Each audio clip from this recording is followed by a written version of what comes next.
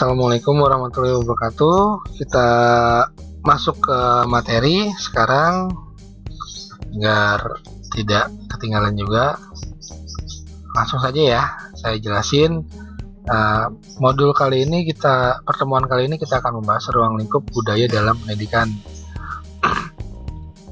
Nah, kebudayaan itu memiliki 3 unsur penting, yaitu pertama, kebudayaan sebagai suatu tata cara kehidupan, pesan atau order. Lalu kebudayaan sebagai suatu proses. Dan yang ketiga, dalam kebudayaan mempunyai suatu visi tertentu, tujuan atau goals. Nah, hakikat kebudayaan, kata kebudayaan berasal dari bahasa Sanskerta yang merupakan bentuk jamak dari budi, yang berarti budi atau akal. Kebudayaan diartikan sebagai hal-hal bersangkut paut dengan budi atau akal. Adapun istilah kultur dalam budaya yang merupakan istilah bahasa asing sama artinya dengan kebudayaan berasal dari kata lain kolor yang artinya mengolah atau mengerjakan, yaitu mengolah tanah atau bertani. Dari asal kata tersebut color, kemudian kultur diartikan sebagai segala daya dan kegiatan manusia untuk mengubah, mengolah, dan mengubah alam. Kemudian Taylor 1871 mengemukakan pendapatnya tentang kebudayaan. Kebudayaan merupakan kompleks yang mencakup pengetahuan, kepercayaan, kesenian, moral, hukum, dan adat istiadat, dan kemampuan serta kebiasaan yang didapatkan oleh manusia sebagai anggota masyarakat. Dengan kata lain, kebudayaan mencakup kesemuanya yang didapatkan atau dipelajari oleh manusia sebagai anggota masyarakat. Nah, Taylor tahun 2002 merincikan. Jadi Taylor 2002 merincikan definisi yang dikemukakan oleh Tilon sebagai berikut. Yang pertama, kebudayaan merupakan suatu keseluruhan yang kompleks. Yang kedua, kebudayaan merupakan suatu prestasi kreasi manusia yang bukan material, artinya berupa bentuk prestasi psikologis seperti ilmu pengetahuan, kepercayaan, dan seni. Yang ketiga, kebudayaan dapat pula berbentuk fisik seperti hasil seni. Keempat, kebudayaan dapat pula berbentuk kelakuan yang terarah seperti hukum, adat istiadat yang berkesinambungan. Yang kelima, kebudayaan diperoleh dari lingkungan. Keenam, kebudayaan tidak terwujud dalam kehidupan manusia soliter atau terasing, tetapi yang hidup dalam suatu masyarakat tertentu. Selanjutnya, wujud dari budaya. J.J. Honigman membuat perbedaan atas 3 gejala kebudayaan, yaitu ide, aktivitas, dan artefak atau wujud benda. Nah, namun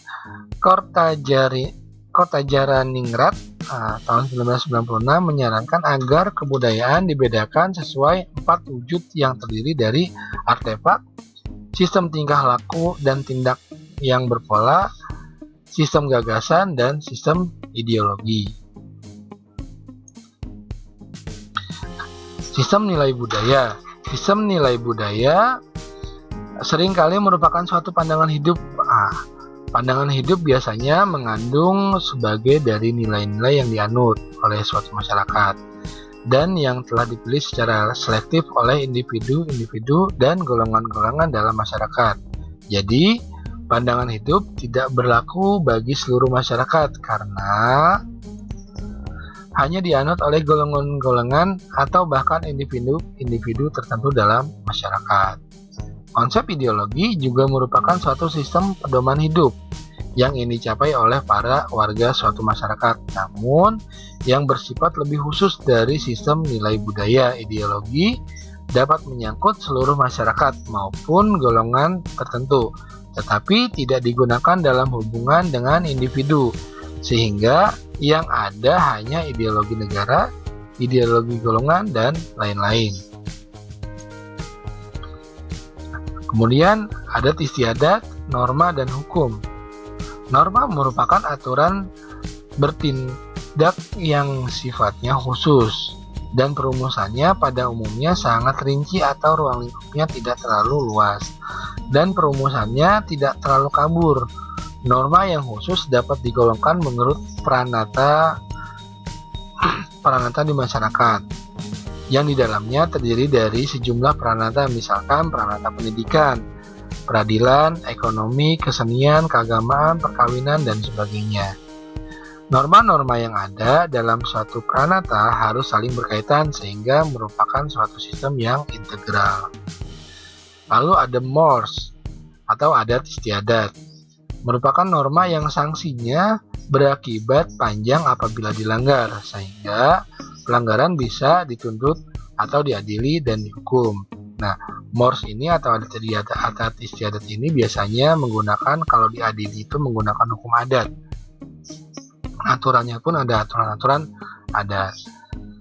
Kemudian, kaidah yang mengatur kehidupan manusia selain adat istiadat adalah hukum. Hukum dibuat sengaja dan mempunyai sanksi yang jelas, tegas, dan bersifat mengikat.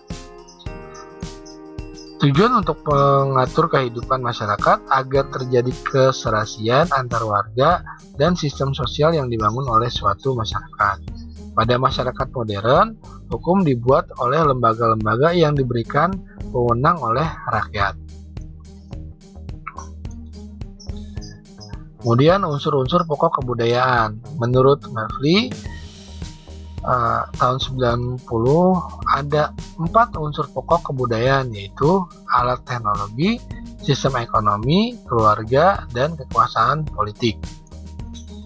Menurut Minolsky menyebutkan unsur pokok kebudayaan adalah sebagai berikut. Yang pertama, sistem norma yang memungkinkan kerjasama antara para anggota masyarakat di dalam suatu penguasai alam sekelilingnya.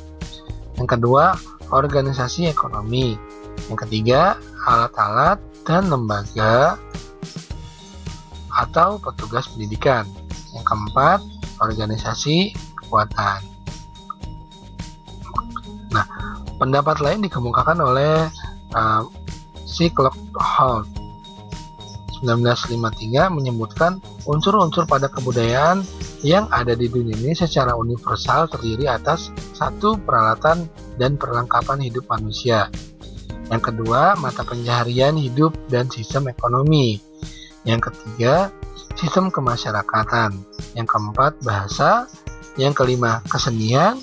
6, sistem pengetahuan. Yang ketujuh, religi atau sistem kepercayaan. Unsur-unsur normatif yang merupakan bagian dari kebudayaan adalah sebagai berikut. 1. Unsur-unsur yang menyangkut penilaian, misalkan baik dan buruk. Kedua, unsur-unsur yang berhubungan dengan apa yang seharusnya dilakukan, seperti perilaku. Yang ketiga, unsur-unsur yang menyangkut kepercayaan, seperti mengadakan upacara adat saat kelahiran dan lain-lain. Nah, ketiga unsur ini merupakan bagian dan kebudayaan normatif, artinya unsur-unsur normatif yang memang secara kegiatan dapat dilihat. Kemudian fungsi pendidikan dalam kebudayaan. Salah satu proses yang luas dikenal mengenai kebudayaan adalah transmisi. Kebudayaan artinya kebudayaan itu ditransmisikan dari satu generasi ke generasi berikutnya. Bahkan banyak ahli pendidikan yang merumuskan proses pendidikan tidak lebih dari proses transmisi kebudayaan. Dengan demikian, kebudayaan bukanlah sesuatu entiti yang statis, tetapi sesuatu yang terus-menerus berubah.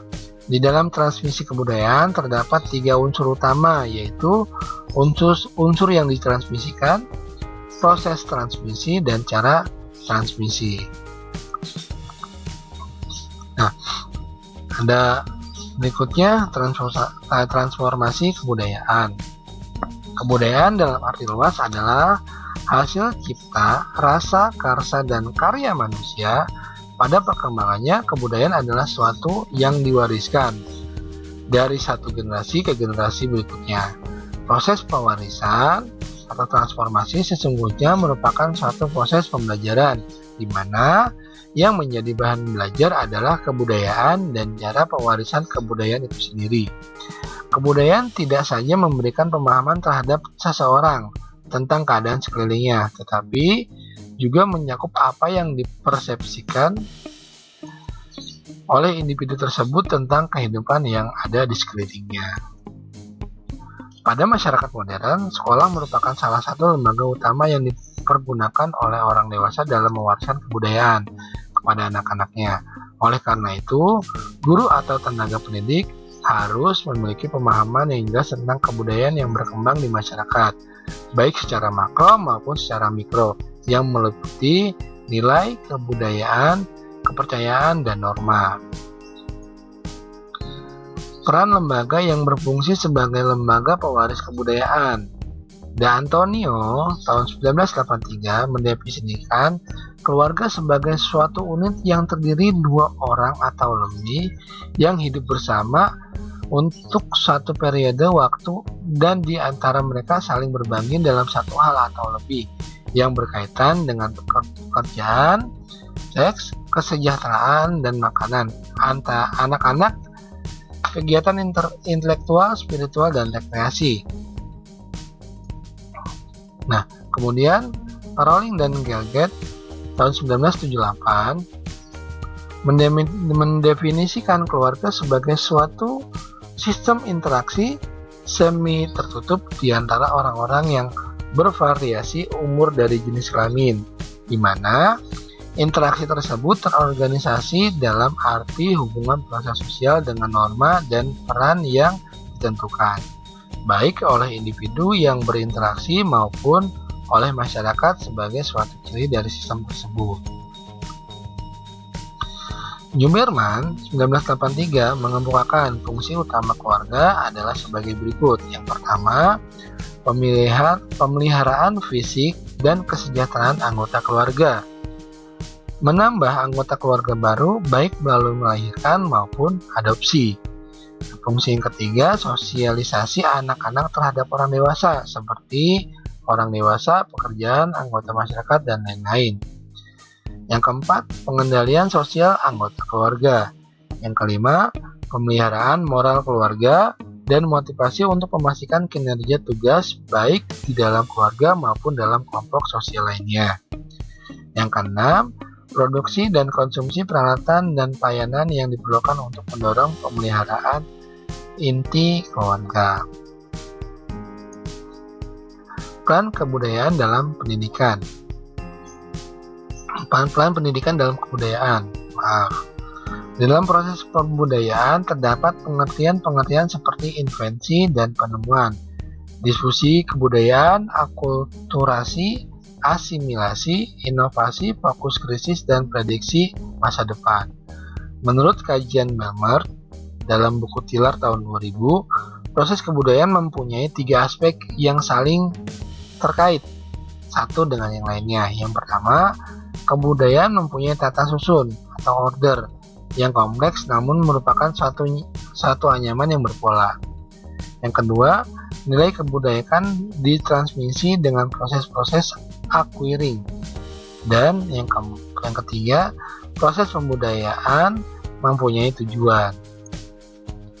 Oke, terima kasih sudah menyaksikan penjelasan ini.